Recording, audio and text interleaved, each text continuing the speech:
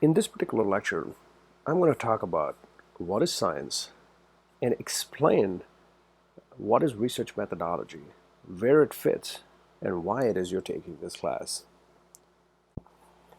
So, science is defined as an activity that contributes systematized information to the world. Science in itself is basically just a vocabulary, and this vocabulary allows individuals to better experience reality. What does that mean? Well, what it means is that what science and scientists do is they discover new facts, and when they discover new facts, they add to a body of knowledge. This addition to the body of knowledge happens through a vocabulary that is created as the scientists discover new and more meaningful relationships. So take, for instance, uh, vocabularies, words that you know that came from science. A good example is the word ego. Ego does not exist anywhere in human beings. We can't pinpoint them. We don't know where they are. But ego was a scientific construct, a vocabulary that was discovered by early psychologists, codified in a manner in which psychologists could understand it, and then it was connected to other events and other things that individuals do. In doing so, what we did is we came up with a way of understanding how human beings relate to other human beings because of some internal states that were influenced by ego. So what a scientist does is they discover new vocabularies and they add to an established body of knowledge. So you can add additional ideas to this idea of the ego and thereby expand how well we understand people and what they do. Scientists therefore share a culture. They share a vocabulary. They share a language. They share a way of thinking. They share a way of looking at things. And they share a way of doing things. And this makes a lot of sense, right? Because just like any other language, science itself has a series of words, phrases, and ways of saying, doing, and looking at things. And therefore, people who are in a science tend to share that vocabulary. Part of what you will learn throughout the semester is that vocabulary of a social scientific area, which is our field of communication. Now, science relies on what is called as the scientific process. The scientific process has a methodology to it, and this methodology, called the scientific method, aims to attain dependable knowledge. The scientific method is not unique to communication or psychology or sociology or any of the social sciences. It is unique to science itself, so we include the social sciences as well as the biological and the physical sciences when we talk about the scientific method. So the scientific process involves the scientific method. And what the scientific method has at its core are a few different stages. It has theory or hypothesis testing. We're going to talk later on about what is a hypothesis and how we test hypotheses. But at the core of the scientific method is a hypothesis, a statement of relationship that is tested. This is a statement that is tested empirically, right? And what that means is it is tested using real observations. In the social sciences, it's real observations of real people. In the physical sciences, it's real observation of real events, whether it be at a molecular level, whether it be at a biological level.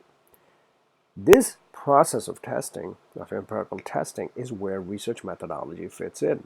So here in this course, you're learning one of the critical stages of science itself, of the scientific method, and that is empiricism or research methodology.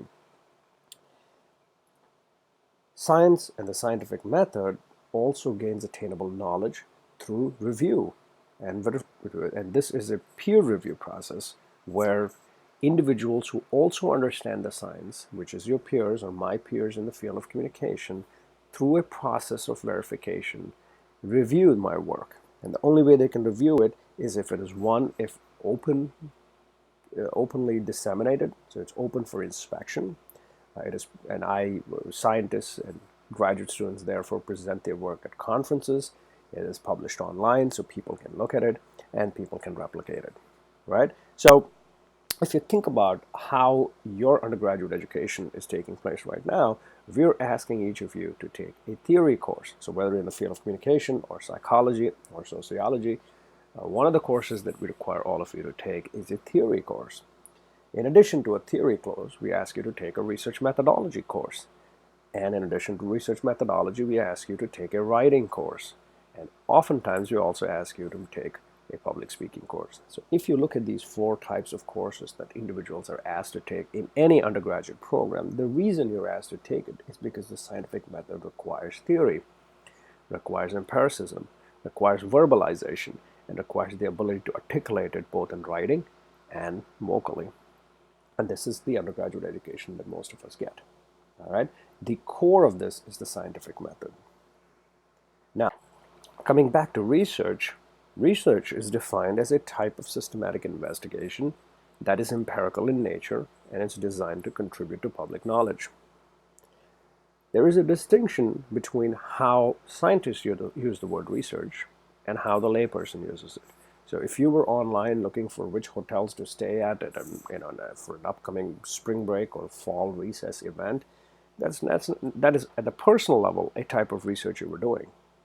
But from a scientific standpoint, it's neither systematic, nor is it empirical, nor is it designed to contribute knowledge.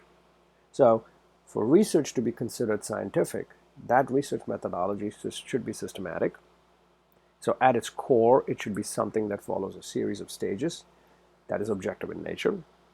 It should be empirical in the sense it should use real observations of more than just yourself doing something. It has to be observations of events taking place across a series of individuals or across a series of different sites. And it should be designed to contribute to the public knowledge of an event or a context. So research methodology is the principles, the methods, the rules, the vocabulary, and the practices that are used for making observations in a science. It is, as I said, the basis, the core basis for empiricism in the social sciences, right? And at its core, research methodology is a toolkit that a scientist uses that is recursively linked with theory. And what do I mean by that? And what I mean by that is that without theory, having a tool of knowing how to collect data is useless. And without being able to collect data, you really cannot improve upon theory. In other words, the two are linked to each other in a loop, in a recursive loop. Without sound theory, there is no measurement. Without measurement, there can be no theory. Let me give you an example. Let's look at this device, right? This is called an endoscope. What's an endoscope? An endoscope is basically a long tube with a camera at one end and a video monitor at the other where you can see wherever that camera goes. All right. This is a very common tool that is used. It's available online, and this has revolutionized a lot of different fields. One field it has revolutionized is medicine. We can do what is called as a pinhole surgery. Pinhole surgery is basically just putting in an endoscope into a little part of the body without having to, cut open the body and look inside it. This has revolutionized medicine. Now, a physician who's using an endoscope to do surgery understands theory about what he's doing, about the human body, about which organ he's working on, and has a theory that guides the use of the toolkit. This same endoscope can be used by an electrician, right? So a surgeon can use it, and an electrician can use it. And here's an example of an electrician using essentially the same endoscope to look inside a false ceiling, for instance, to look for where ductwork is or wiring is.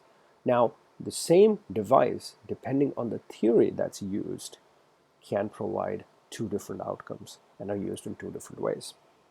In this way, you need good theory in order to understand how to use a toolkit. Therefore, you cannot understand research methodology without having some understanding of theory and without knowing what it is that you're testing within a theoretical realm. All right? So that's in a nutshell what research is and how the scientific method guides research methodology and where research methodology fits within the scientific method.